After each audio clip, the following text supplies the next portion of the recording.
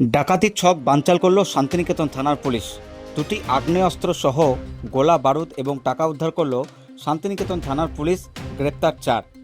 শান্তিনিকেতন থানার অন্তর্গত সিয়ান এলাকায় মহকুমা হাসপাতালের পাশ থেকে 4 জনকে গ্রেপ্তার করল শান্তিনিকেতন থানার পুলিশ। গোপন সূত্রে খবর পেয়ে তাদেরকে গ্রেপ্তার করে। তাদের কাছ থেকে দুটি আগ্নেয়াস্ত্র, গোলা বারুদ ও বেশ কিছু টাকা উদ্ধার করেছে। বুধবার গভীর রাতে তাদেরকে গ্রেপ্তার করা হয়। শান্তিনিকেতন থানার পুলিশ সূত্রে জানা গিয়েছে, ওই 4 জন বাসে ডাকাতির উদ্দেশ্যে জড়ো হয়েছিল। ওই 4 জনকে আজ সকাল 11টা নাগাদ বোলপুর মহকুমা আদালতে তোলা হয়। শান্তিনিকেতন থানার পুলিশের তরফ থেকে 5 দিনের পুলিশ হেফাজত চাওয়া হলো বিচারকের কাছে তদন্তের জন্য।